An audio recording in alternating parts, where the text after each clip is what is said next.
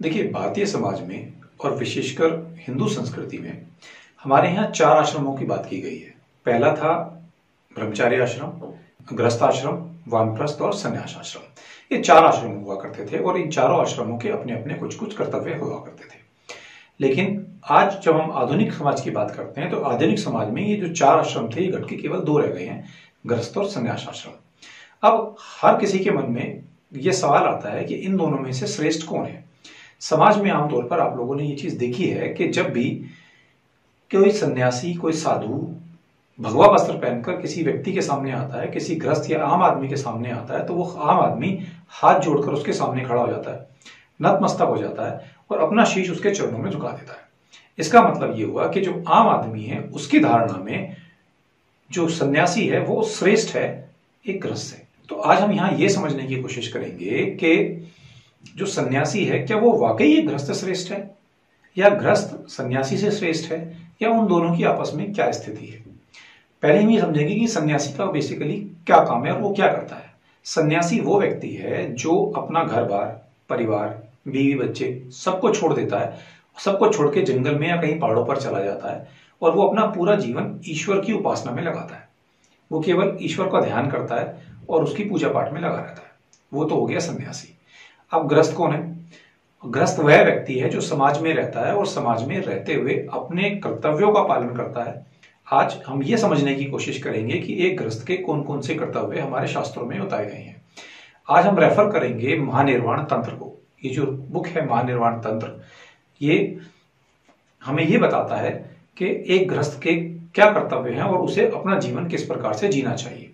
इस चीज को समझने के बाद हमें ये समझने में आसानी होगी कि दोनों में से कौन श्रेष्ठ है। ये जो ग्रंथ है महानिर्वाण तंत्र, ये हमें इस बात को बताता है कि एक व्यक्ति जो गृहस्थ है उसे हमेशा अपने कर्तव्यों के पालन करने में लगा रहना चाहिए, लेकिन अपने कर्तव्यों का पालन करते वक्त भी उसे कभी भी ईश्वर को नहीं भूलना चाहिए। उसे हमेशा ईश्वर को याद रखना चाहिए और अपने जो भी वो कर्म करे, अपने कर्मों का फल की चिंता कभी ना करे। अगर वो किसी का भला करता है, किसी के लिए कोई उपकार का काम करता है, तो कभी भी वो उसकी तरफ से धन्यवाद तक की उम्मीद ना रखे।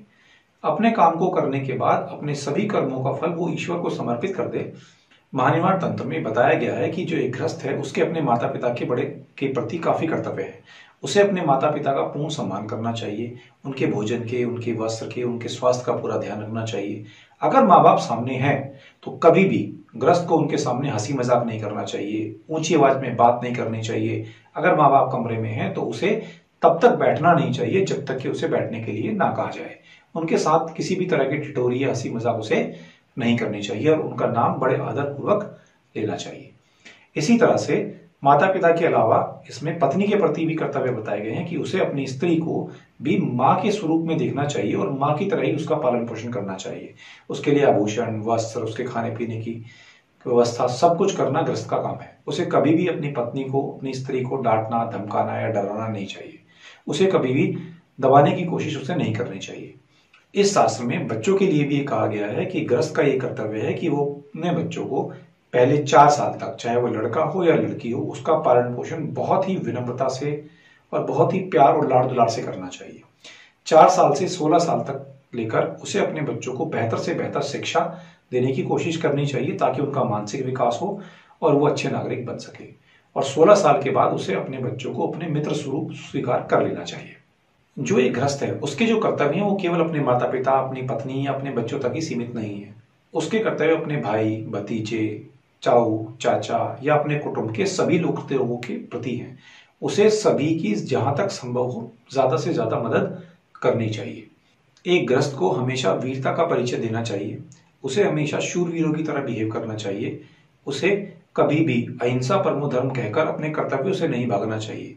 अगर बात लड़ने की आए, अगर बात स्वधर्म और स्वदेश की आए, तो उसे हंसते हंसते, लड़ते लड़ते अपने प्राण त्याग देने चाहिए। अगर कोई गृहस्थ लड़ते लड़ते युद्ध में अपने प्राण त्याग देता है तो उसे वैसे ही फल प्राप्त होते हैं जैसे किसी सन्यासी को पूरा जीवन ईश्वर की उपासना करने के बाद प्राप्त होते हैं। तो कभी भी उसे अहिंसा नाम का सहारा लेकर अपने कर्तव्यों से भागना नहीं चाहिए और हमेशा अगर बात युद्ध की आए तो लड़ने के लिए तैयार रहना चाहिए। एक गृहस्थ को किसी भी ऐसे व्यक्ति से दोस्ती या मित्रता नहीं करनी चाहिए जो उसकी दोस्ती के लायक नहीं है, जो निकम्मा है, नालायक है और ठीक प्रकार से काम नहीं करता। एक गृहस्थ व्यक्ति को जब भी किसी से दोस्ती करनी हो तो दोस्ती करते वक्त उसे बहुत अलर्ट रहना चाहिए।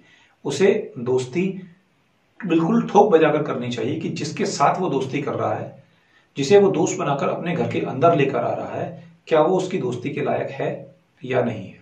अगर किसी व्यक्ति ने उसे कोई बात भरोसा कर कर बताई है तो उसे उसके भरोसे का मान रखना चाहिए।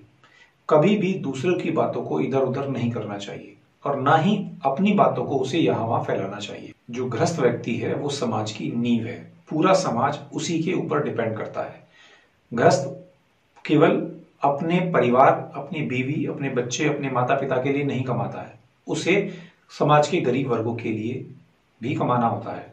इसलिए वो से कड़ी मेहनत करने की हिदायत दी गई है। वो कड़ी से कड़ी मेहनत करे, ज्यादा से ज्यादा पैसा कमाए, ज्यादा से ज्यादा धन कमाए और उस कमाए हुए धन को लोगों की भलाई के लिए खर्च करे।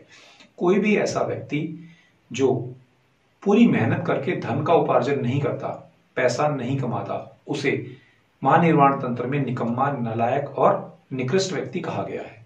एक गृहस्थ को कभी भी धन कमाने में संकोच या शर्म का अनुभव नहीं करना चाहिए।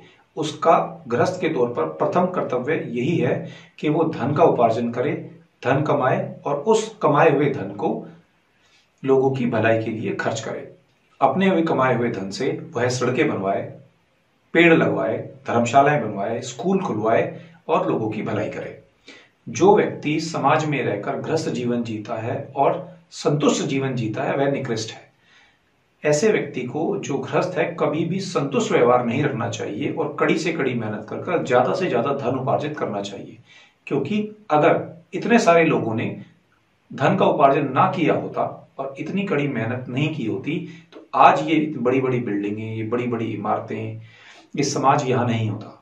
ये समाज की जो नींव है, जिसकी रीढ़ की हड्डी है, वो गृहस्थी है, जिसने समाज को कहां से उठाकर कहां पहुंचा दिया है।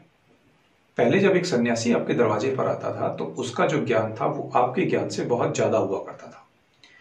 लेकिन अब एक आम आदमी, एक गृहस्थ एक सन्यासी के मुकाबले कहीं ज्यादा जानता है, जिसकी वजह से जो सन्यासी है उसका जो समाज में सम्मान है वो लगातार घटा है।